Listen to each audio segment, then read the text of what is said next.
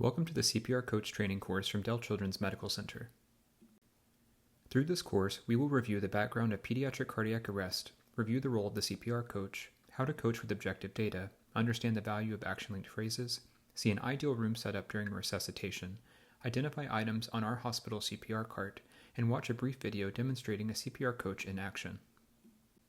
First, reviewing the background and impact of pediatric cardiac arrest. More than 20,000 infants and children suffer a cardiac arrest each year in the United States.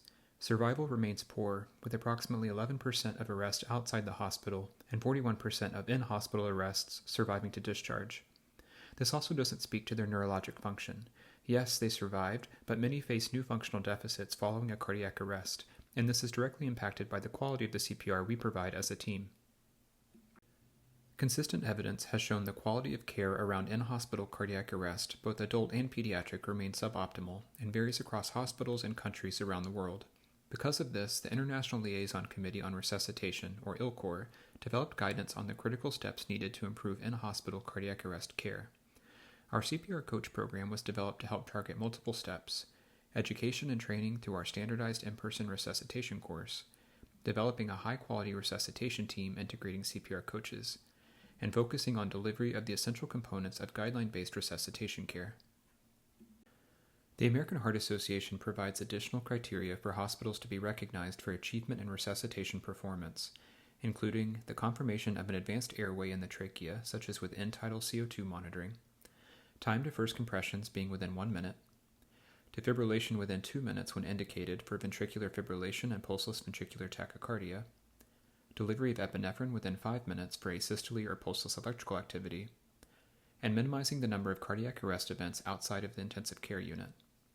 Our goal is to achieve 85% or greater in all of these measures annually. Dr. Betsy Hunt and her team at Johns Hopkins University developed a resuscitation quality bundle that was published in 2018. Their bundled care resulted in increased odds of meeting compliance with the American Heart Association CPR guidelines during in-hospital cardiac arrest, increasing from 20 to 44%. Their quality bundle, Code ACEs, included CPR coaching, objective data evaluation, action-linked phrases, choreography and ergonomics, structured debriefing, and practicing through simulation. We've taken steps to initiate these very components into the resuscitations we provide at our hospital.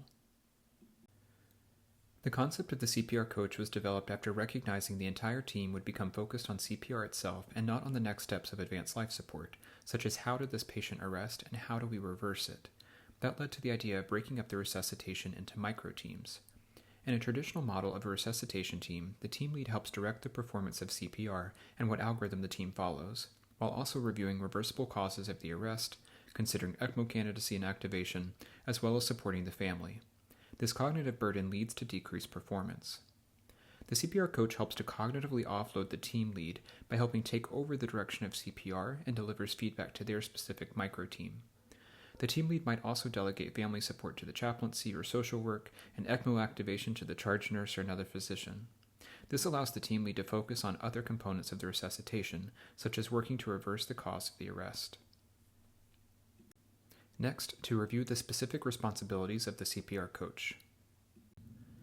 It's important to remember that the coach is not the leader. There's only one leader during the resuscitation.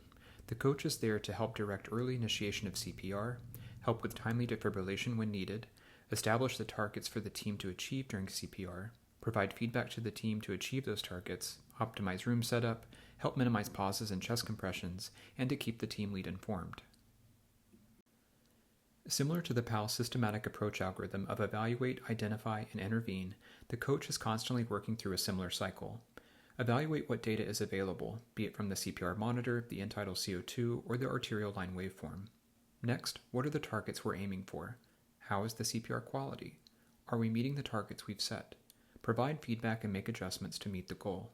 Then we go back to the beginning and repeat. What's the target? Are we meeting it? Make corrections. In a multi-center study of 40 teams performing simulated CPR, teams with the CPR coach demonstrated reduced duration of pauses in delivering chest compressions, improvement in chest compression depth, and improved overall CPR quality. This work further emphasized the importance of incorporating a CPR coach into our resuscitation teams. How do we coach with objective data? In addition to the auditory feedback provided by a coach, direct visual feedback on CPR performance also improves the quality of compressions. Use of a CPR monitor with visual feedback cues improved the performance of a compressor's depth and rate in a study of 124 team resuscitations. The objective data and visual cues used for CPR by our hospital comes to us from the Zoll CPR monitor and defibrillator. Here we see the device providing visual feedback on the depth and rate of compressions, as well as the quality of the release velocity or chest recoil, all of these being essential components to delivering high-quality CPR. When using feedback pads for patients greater than 25 kilos, the Perfusion Performance Indicator, or PPI diamond, fills with color indicating high-quality CPR. When out of range on a given metric, the device also highlights it in yellow as a cue to make an adjustment. A metronome also plays from the device when CPR is detected to help keep the compressor within the goal range of 100 to 120 compressions per minute. When CPR is no longer detected, an idle timer begins to count up from 0, a visual reminder to minimize any pauses in CPR. We can't improve what we're not measuring. The data is only available if the pads from the CPR monitor are placed on the patient's chest. It's important to get the pads on the patient as fast as possible, with no need to wait for a pause in a compression or ventilation cycle. Applying the pads early allows for high-quality coaching to quantitative CPR metrics, rapid defibrillation if needed, remembering the goal is within 2 minutes, and lastly, when resuscitation is over, data collected from the monitor is saved, allowing for in-depth review of the CPR quality with beat-to-beat information on compressions, depth, rate, and pauses in CPR. We strive to compress approximately 1.5 to 2 inches in our patients that are less than 12 months of age, and for patients older than 12 months, the recommended CPR depth is 2 to 2.4 inches. The CPR data is displayed in purple at the top of the Zoll's main screen. The greater than 25 kilo, or referred to as adult pads, will provide auditory feedback to push harder when necessary and good compressions after fixing the depth. In these larger patient pads, the depth icon will light up yellow when out of range. Remember, 25 kilos is the threshold to switch between the pediatric and adult size pads. For both pediatrics and adults, the American Heart Association recommends a compression rate between 100 and 120 compressions per minute. With the larger patient pads, greater than 25 kilos, the rate will light up yellow when out of the recommended range. Our CPR monitors have a metronome that is set up to begin and continue as long as CPR is detected, helping the compressor stay within the target range of 100 to 120. During a resuscitation, listen for the metronome. These auditory and visual reminders help the team achieve the goal compression rate during the resuscitation. In addition to depth and rate, allowing full recoil of the patient's chest is an important component to high-quality CPR. Recoil allows the heart to refill, providing enough stroke volume during each compression to perfuse the organs. During this relaxation phase, the coronary arteries are also perfused, which is essential to provide oxygen to the heart. Leaning on the chest prevents coronary perfusion and complete ventricular filling. Regardless of your height, using a stool and positioning your shoulders directly over the patient's chest has been demonstrated to improve chest compression quality. With the larger patient pads, a vertical bar will fill purple when you have appropriate release velocity. An unfilled release bar suggests poor release velocity and insufficient chest recoil, often signifying that the compressor is leaning on the chest. Pauses and compressions will start the idle timer on the CPR monitor and serve as a visual reminder of how long CPR has been stopped. The goal is to keep interruptions to less than 10 seconds. When we pause compressions, the perfusion pressure falls and takes time to build back up to an adequate pressure to perfuse the organs. Try to coordinate tasks such as placement of the pads and the backboard together to minimize time off the chest. A CPR coach can help monitor and minimize interruptions to CPR by using action-linked phrases. The recommended compression to ventilation ratio for pediatrics is 30 to 2 for 1 rescuer CPR and 15 to 2 for 2 rescuers. In adults, the ratio is 30 to 2 regardless of the number of rescuers. Remember to rotate compressors every 2 minutes and earlier if fatigued. The CPR monitor will display a 2-minute countdown timer in the bottom right corner when compressions are detected to help remind you of the time left until needing to rotate compressors. It's important to note that compression to ventilation ratios are used when an advanced airway is not in place. With an advanced airway in place, such as an endotracheal tube or tracheostomy tube, asynchronous ventilations are given with no pauses in compressions to deliver breaths. Breaths are given every 2 to 3 seconds in pediatrics or 20 to 30 breaths a minute. In adults, the rate of rescue breaths is 1 breath every 6 seconds, or 10 a minute. These same frequencies are used in patients needing support of ventilation without compressions, such as in a hypopneic patient. Lastly, we want to limit excessive ventilation. Excessive ventilation can cause increased intrathoracic pressure, resulting in decreased coronary perfusion pressures and ultimately decreased survival. Physiologic metrics of CPR performance are also important to consider. Notably, achieving a mean diastolic blood pressure during CPR of greater than 25 for patients less than 12 months and greater than 30 for children older than 12 months is associated with improved survival to discharge.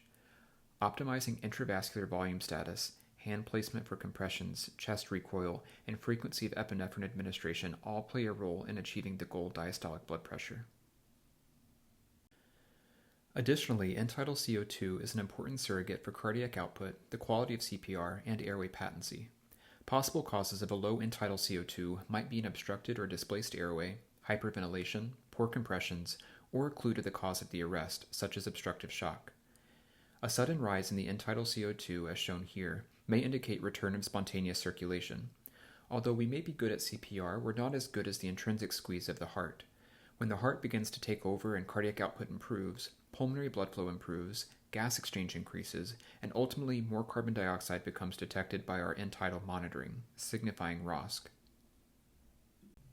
There are numerous physical and physiologic metrics to try and achieve during CPR, further emphasizing the importance of the CPR coach to help offload the team lead, but even for the coach this can be a large cognitive burden. At our hospital, our resuscitation leadership team has developed and implemented a CPR cognitive aid that summarizes and organizes the key metrics that the CPR coach should be focused on during a CPR event. High-quality compressions can't happen unless the room and team member placement are first optimized.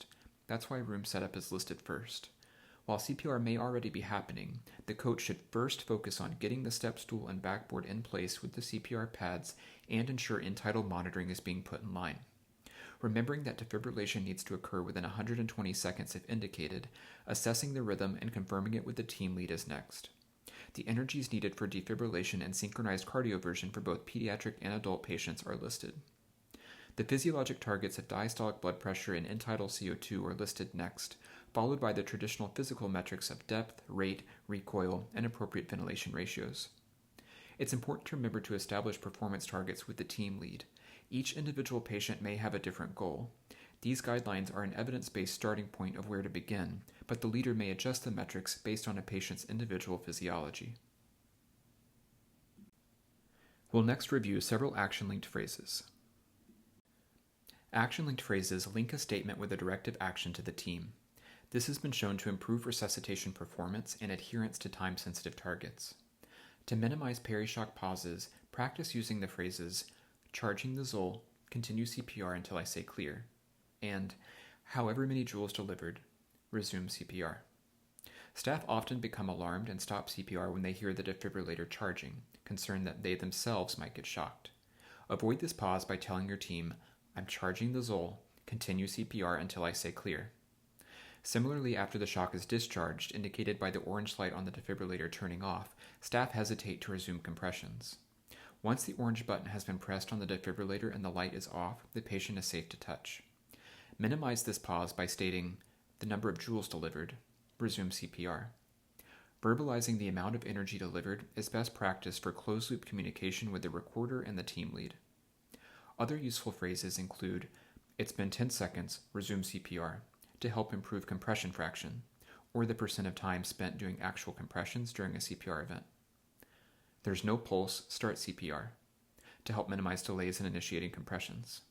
And lastly, when the Zoll says 0 done, place the end-tidal in line.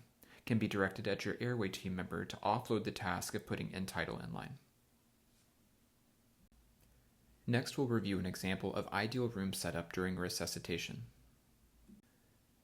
As previously mentioned, high-quality compressions can't happen unless the room and team are first set up for success. In that first minute of entering the room, it's important to first be sure CPR has started, if indicated, even while the coach is still working to get the rest of the equipment in place. Next, be sure the CPR cart and monitor are placed under the patient's room monitor, an ideal spot to view all of the objective data on one side of the patient's bed. Then, getting the step stool and backboard in place from the CPR cart. coordinating pad placement and ensuring the ZOL is turned on to defib mode. And lastly, directing that end-tidal CO2 be placed in line either directly from the ZOL CPR monitor or in line with the patient's room monitor. As described in the Code ACEs bundle, barriers were identified in finding a place for consistent use of the CPR monitor. In simulations using different models and configurations, a layout similar to what is shown here is what worked best for the team.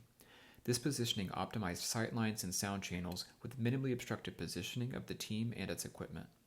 They found that for the CPR monitor to be consistently used and used effectively, it needed to be positioned in such a way that it was under the patient monitor so that physiologic data from the arterial line or end-tidal CO2 could be seen in direct line with the defibrillator monitor. It needed to be directly across from the compressors who could see and hear its feedback. It allowed the CPR coach to stand next to it, operate it, and still be in close proximity with the compressors and airway leads without need for loud, disruptive conversation. And most importantly, that the CPR monitor needed its own home, its own cart, that was narrow and elevated to a height that was easily usable and seen by the resuscitation team without being obstructive. Having a structured choreography for resuscitations allows for ad hoc teams to anticipate needs, have a shared mental model, and work together more effectively. Zooming in, this diagram illustrates the way that the CPR monitor being positioned on its own cart allows it to come directly to the bedside for all patient sizes, and to be effectively seen and heard by all members of the resuscitation team. And most importantly, the compressors themselves can now use its feedback to directly guide their own compressions. An important reminder that this feedback is only effective if you can see it and hear it. What are the components of the CPR cart? The CPR cart augments the traditional pediatric code cart by streamlining the equipment needed immediately at the patient's bedside to provide high-quality CPR. In addition to providing a consistent, structured place to view the CPR monitor, every cart also contains an associated step stool, backboard, and cognitive aid for CPR metrics. Our cart's drawers are color-coded and organized in order of frequency of use to further minimize scavenging for equipment during a code event. The first drawer contains pediatric pads or pads indicated for patients less than 25 kilos.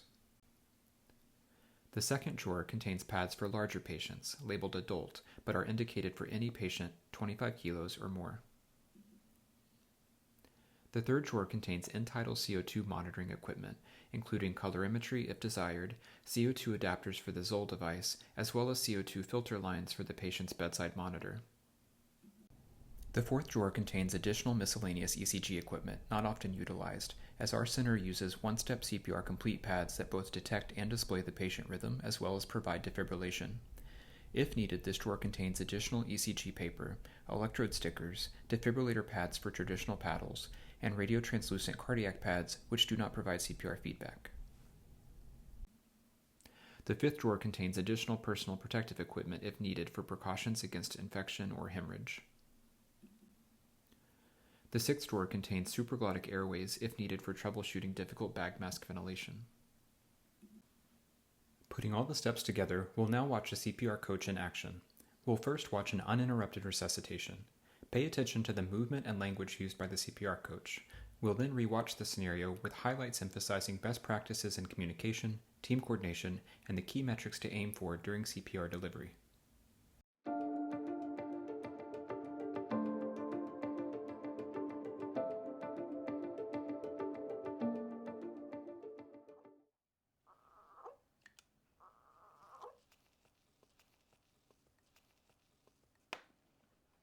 Can I get some help in here? I'm here to help as team lead. What happened? I was doing my assessment and he went unresponsive and I didn't feel pulse, so I started CPR. Okay, continue CPR. I'm here to relieve you. Okay, ready to switch out in 3, Guys, I'll be your CPR 2, coach. 1. Let's get the backboard and the stool I'm in recording. position. Set that stool up for them over there. Can someone help me move the bed? Thank you. Moving.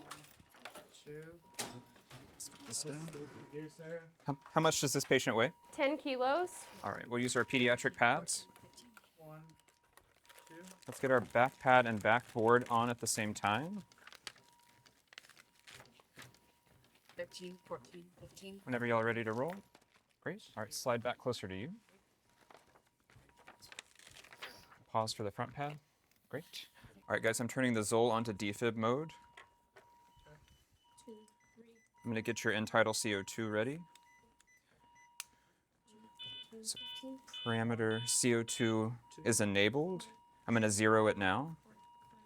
It's zeroing. Respiratory, when this is ready, please put it in line. Okay. It looks like we're in VFib. I'd recommend we defibrillate. I agree.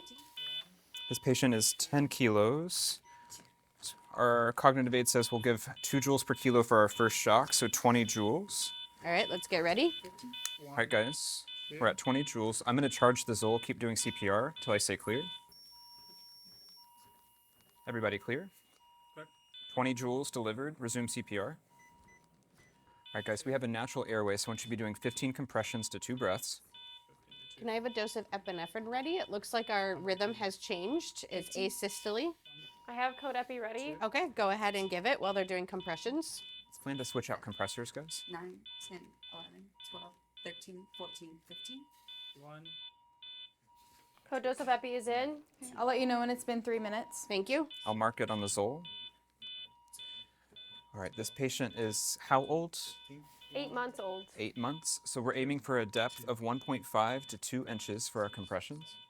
You're a little bit shallow. We're aiming for 1.5 to 2 inches in this patient. Good job meeting our rate goal of 100 to 120. Do you want to plan to intubate? Yes, let's go ahead and get ready for an advanced airway. Still appears to be asystole during the ventilation. 2. Your end title's ready. 3, 4, 5, 6, 7, 8, 9, 10, 11, 12, 13, 14, 15. 1, 2, End title's reading in the 20s. That's great. 4, 5, 6, 7, 8. Let's keep doing CPR while we try and get the view. Do we have another dose of epinephrine ready? We do. Okay. Pause And how long compressions. until it's due? 2 minutes and 10 seconds. Epi is ready whenever we need it. Tubes in. All right, it's been 10 seconds. Resume CPR.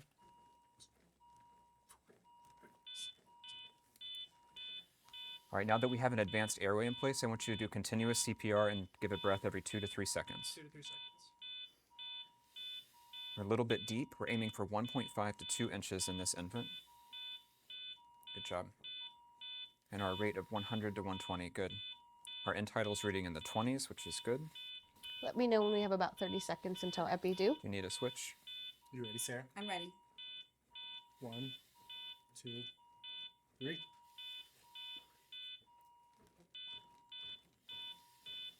All right, good ventilations, good compressions, good depth. We're coming all the way off that chest to allow for full recoil. Good.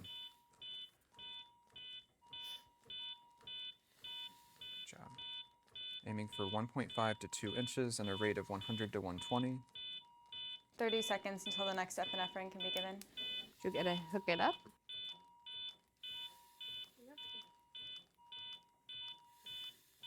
Still looks like asystole on the monitor over here. Epi's ready whenever. All right, go ahead and give. Code dose epi is in. I'll mark it on the Zoll. I'll let you know when it's been 3 minutes. The change in our end tidal, it's up in the 30s, 40s now. I think I saw the baby move. Why don't we go ahead and do a pulse check? I feel the pulse. Looks like sinus rhythm on the monitor. All right, good job, everybody.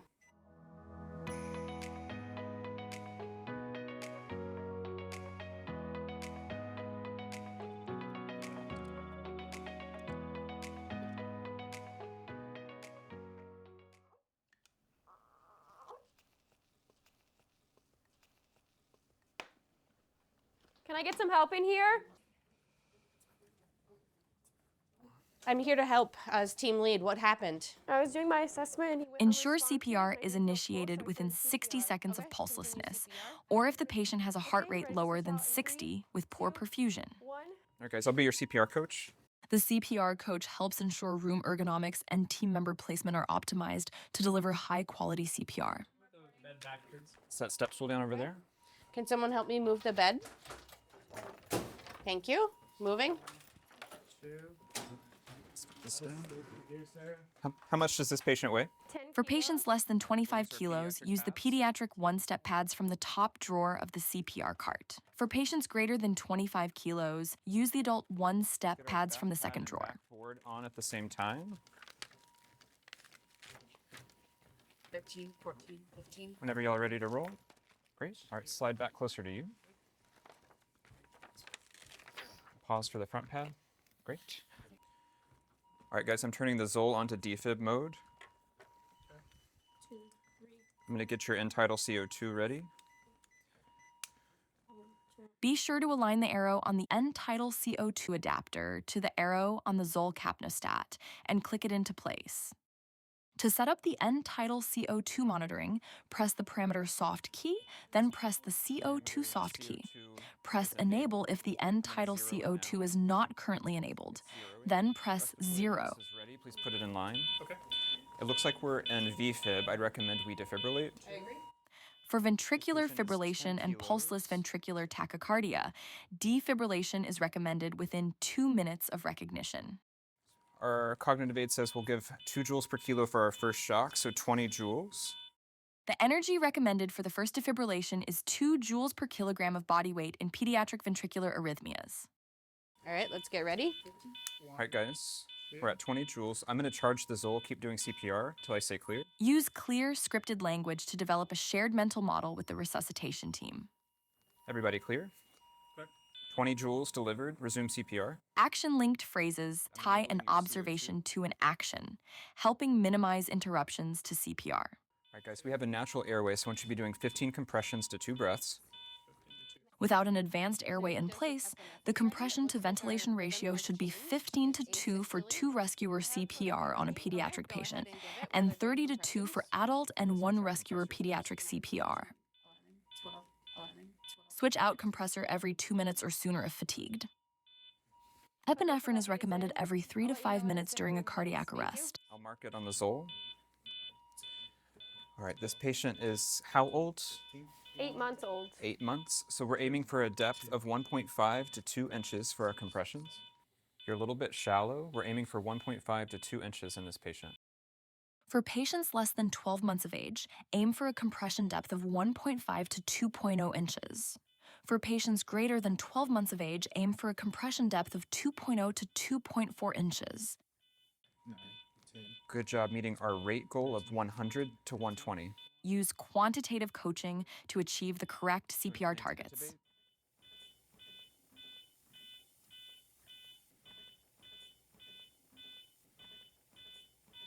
Two, Your end title's ready. 3, 4, 5, 6. When an arterial line is present, aim to achieve a diastolic blood pressure greater than 25 millimeters of mercury in infants younger than 12 months or 30 millimeters of mercury in children older than 12 months. Let's keep doing CPR while we try and get the view. Do we have another dose of epinephrine ready? We do. Okay. Pause And how long compressions. until it's due? 2 minutes and 10 seconds. Aim to minimize interruptions to less than 10 seconds during CPR. Tubes in. All right, it's been 10 seconds. Resume CPR.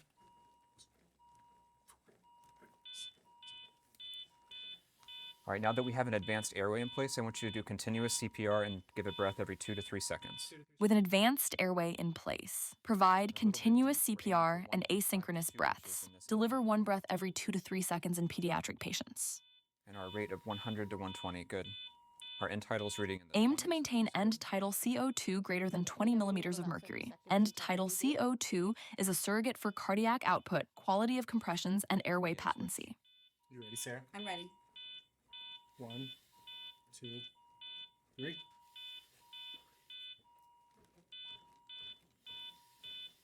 All right, good ventilations, good compressions, good depth. We're coming all the way off that chest to allow for full recoil. Good. Bringing the palms off the chest between compressions helps ensure full recoil, allowing cardiac filling and coronary 5 to 2 perfusion. inches and a rate of 100 to 120. 30 seconds until the next epinephrine can be given. Did you get to hook it up?